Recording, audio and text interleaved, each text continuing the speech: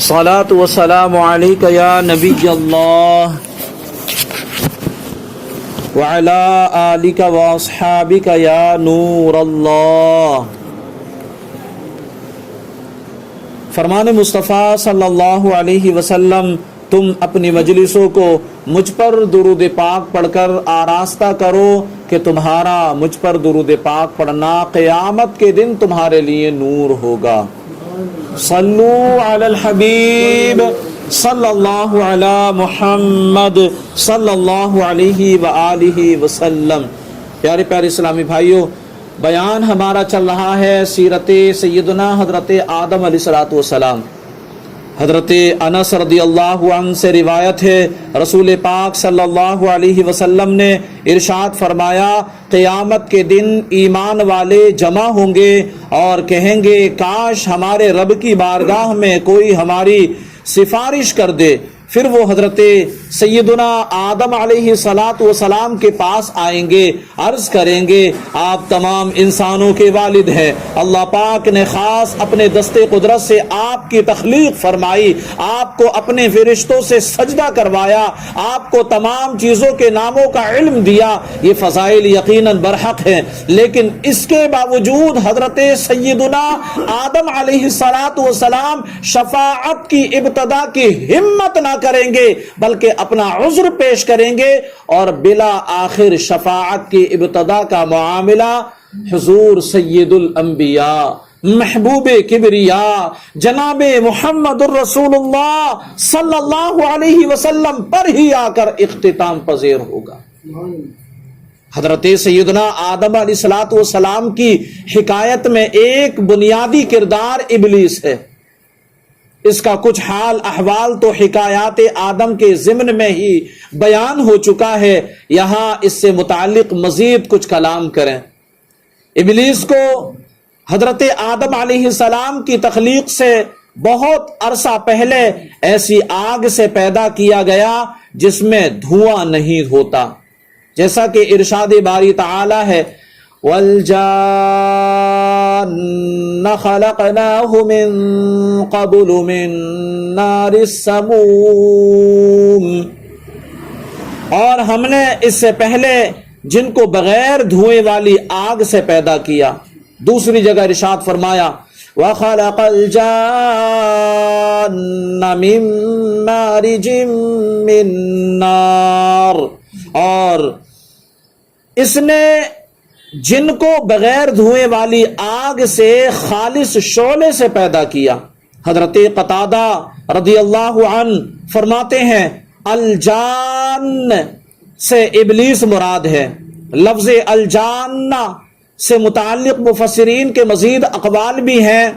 پہلے سریانی زبان میں اس کا نام عزرائیل اور عربی زبان میں حارث تھا۔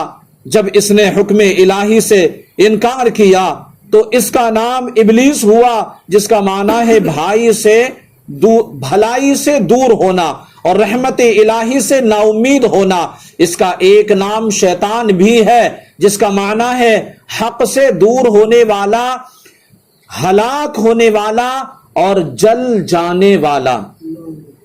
حضرت کعب الاحبار رحمت اللہ علیہ فرماتے ہیں، ابلیس لعین 40,000 سال تک جنت کا خازن رہا اور 80,000 سال تک فرشتوں کے ساتھ رہا۔ 20,000 سال تک اس نے فرشتوں کو وعظ دیا۔ 30,000 سال تک کروبین فرشتوں اور 1,000 سال تک روحانیت فرشتوں کا سردار رہا، اور 14,000 سال تک عرش کے گرد طواف کرتا رہا۔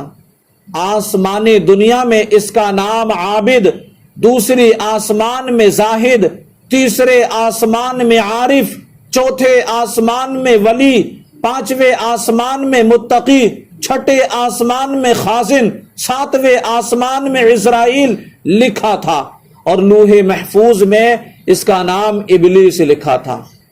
اور یہ اپنے انجام سے غافل تھا، یہ اپنے انجام سے غافل تھا۔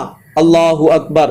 ابلیس اس قدر عبادت گزار اور اتنے اعلیٰ مقام پر فائز ہونے کے باوجود اللہ تبارک و تعالی کی خود خفیہ تدبیر کا شکار ہوا اور خدائے رحمان کی نافرمانی اور اس کے مقرب بندے حضرت آدم علیہ السلام کی بے ادبی میں مبتلا ہو کر اپنی عبادت و ریاضت کا ثواب بھی ضائع کر بیٹھا، مقام و منصب سے بھی محروم ہوا، ہمیشہ کے لیے عذاب جہنم کا حقدار ٹھہرا۔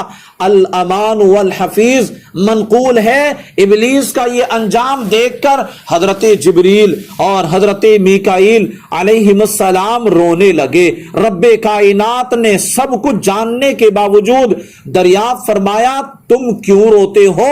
دونوں نے عرض کی اے ہمارے رب ہم تیری خفیہ تدبیر سے ڈرتے ہیں۔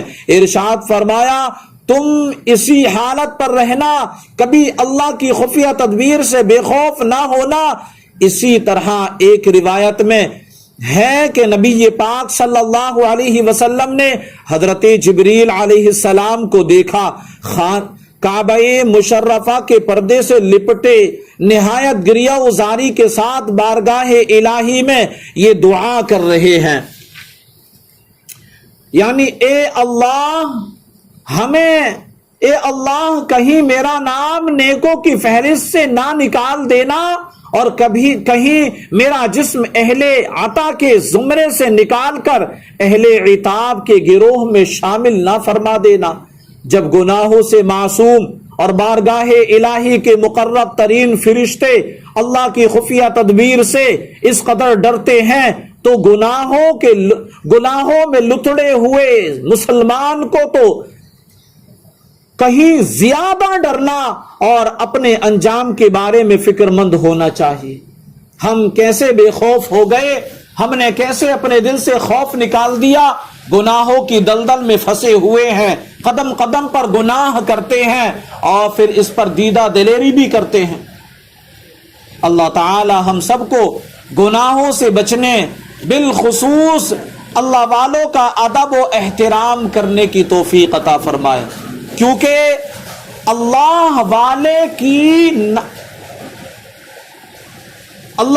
کی نافرمانی کرنا، اللہ کی نافرمانی کرتے ہوئے حضرت آدم علیہ السلام کی شان میں گستاخی کرنا، یہ اللہ والے تھے، اسی کی وجہ سے شیطان مردود الہی ہوا، یعنی اللہ کی بارگاہ سے مردود کر کے اس کو نکال دیا گیا، لعنت کا توق اس کے گلے میں ڈال دیا گیا اور قیامت تک یہ بھٹکتا رہے گا اور قیامت کے روز اس کو جہنم میں ڈالا جائے گا، اس کے پورے گروہ کو اس جہنم میں ڈالا جائے گا۔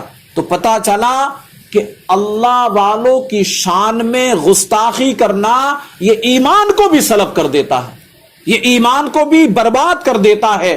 تو پیارے ایک جماعت ہے ایسی آج بھی جو اللہ والوں کی شان میں گستاخیاں کرتی ہے، بلکہ میں کہوں کہ وہ اتنی بے باک ہو گئی ہے وہ قوم کہ قرآن پاک کی کچھ آیتیں پڑھ پڑھ کر کے اللہ والوں پر چسپاں کرتی ہے کہ یہ بت ہیں اور یہ بتوں کو مسلمان بھی سجدہ کرتے ہیں، شرک کرتے، یوں اللہ والوں کی شان میں ایسی گستاخیاں کرتی ہے، اور یہ گستاخیاں یقیناً قیامت کے روز انہیں رسوا کر دیں گی، اور پھر انہی گستاخیوں کی وجہ سے ہو سکتا ہے کہ اللہ پاک انہیں بھی مردود کر کے اور جہنم کا حکم دے۔ تو ہمیں ایسی جماعت میں نہیں پڑھنا، ایسی بلا میں نہیں جانا، بلکہ ہمیں اپنے ایمان کی حفاظت کرنا ہے، ہمیں اپنے ایمان کے تحفظ کا خیال رکھنا ہے۔ اللہ پاک نے ہمیں عقل دی، شعور دیا، ہمیں خود سوچنا ہے کیا صحیح ہے کیا غلط ہے۔ علماء کرام کی صحبت اختیار کریں، مبلغین کی صحبت اختیار کریں، اکابرین کی صحبت اختیار کریں، اللہ والوں سے محبت کریں، کیونکہ رسول پاک کا فرمان ایک یہ بھی ہے جو دنیا میں جس سے محبت کرے گا قیامت کے دن اس کا حشر اسی کے ساتھ ہوگا۔ تو آج ہم نے اللہ والوں سے محبت کی تو اللہ نے چاہا قیامت کے دن ہمارا حشر انہی اللہ والوں کے ساتھ ہوگا۔ اللہ پاک ہم سب کو کہنے سننے سے زیادہ عمل کرنے کی توفیق عطا فرمائے۔ پیارے اسلامی بھائیو، دعوت اسلامی کے دینی ماحول میں اچھی اچھی باتیں سکھائی جاتی ہیں۔ ہر جمعرات کو عشاء کی نماز کے بعد سپارہ گاؤں یعنی برہان چوک کے